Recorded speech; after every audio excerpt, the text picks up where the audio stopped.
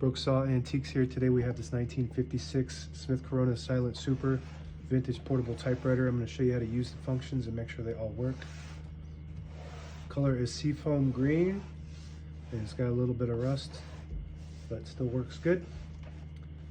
Up top is the adjustable paper guide that helps you guide the page in straight. I'm going to line that up with the edge of the platen, which is the main roller that feeds the paper. Margins are above that. I'm going to set this left margin around 1 or 2 and the right one around 75. That's about the length of a page. And this is the paper support arm that flips up from the back. And this is the paper bell that sits on top. It's got 3 adjustable rollers, and you also have two paper fingers on each side, one on each side. And that's when you know you're dealing with a luxury Smith Corona with all that support to hold the page down. It makes the print look really nice. So we're going to test those margins. That's pretty good.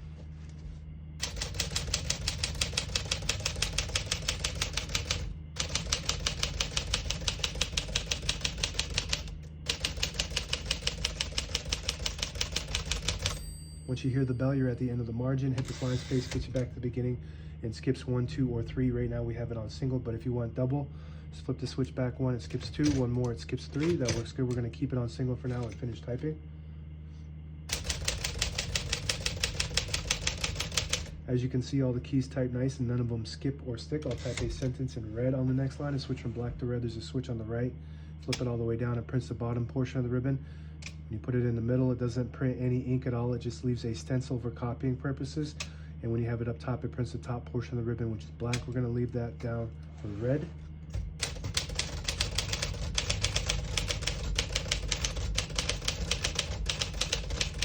Beautiful. Silent Super is one of the best portables. It's up there with some of the best of the best.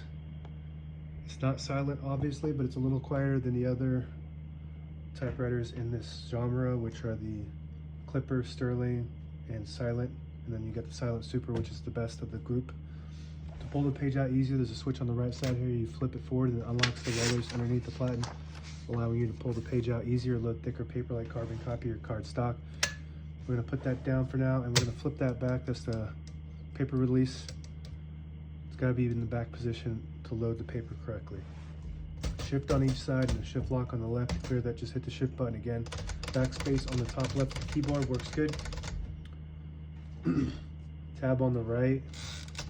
Right now we have tabs set on increments of 10. So I'm going to go through and I'm going to clear all of those by hitting the CL button right next to the tab. So you go to it and hit CL and you can clear them all. So now you hit the tab button, you don't have any, but I like to keep one somewhere in the middle so when you hit the tab button, it doesn't go slamming all the way to the end, causing wear and tear. So I'm going to set one right there. So when the tab gets hit, it just stops at that spot. That works good. Backspace on the left works good. MR below the tab function. So when you get to the end of the margin, set that margin a little closer to the middle. It'll lock the keys from printing, but if you hit that MR, it'll allow you to go all the way to the end or until you get stuck on that paper finger. We're going to put the color back up to the top to print black. Next time we start printing, it prints black instead of red. Open the hood, all the brand new ribbons loaded on the left, so it's pulling to the right. And if you want to switch that direction, there's a switch right next to the backspace. You flip it up, it'll pull counterclockwise to the left. You push it down, and it'll pull clockwise to the right, and that's the direction we want to go. Touch control right above that, low to high. So the farther left you go, the more tension there is when you hit the keys.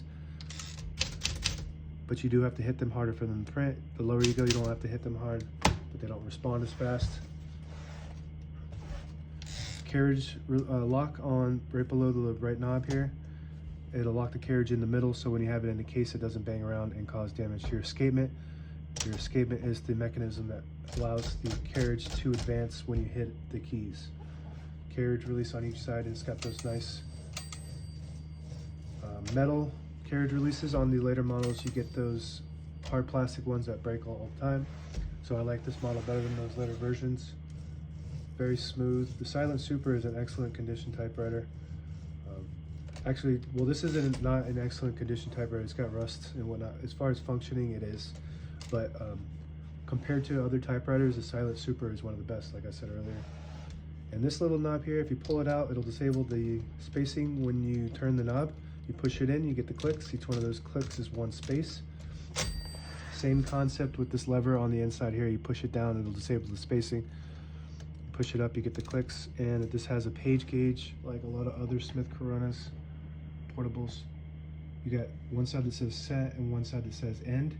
So when you load the page right under 11 on the right, that's, you load the page there, and on the left for end, it'll tell you, so when you have it on 11, you load the page at 11, right below it, and then when you get towards the end of the page, it tells you in red there on the left, on the end, when you're getting close to the end at the bottom of the page. So that's right there at the end, and that's, so that just kind of, it's a gauge to tell you when you're at the bottom. And that's it, now available on eBay or Etsy. Search Brooksaw Antiques.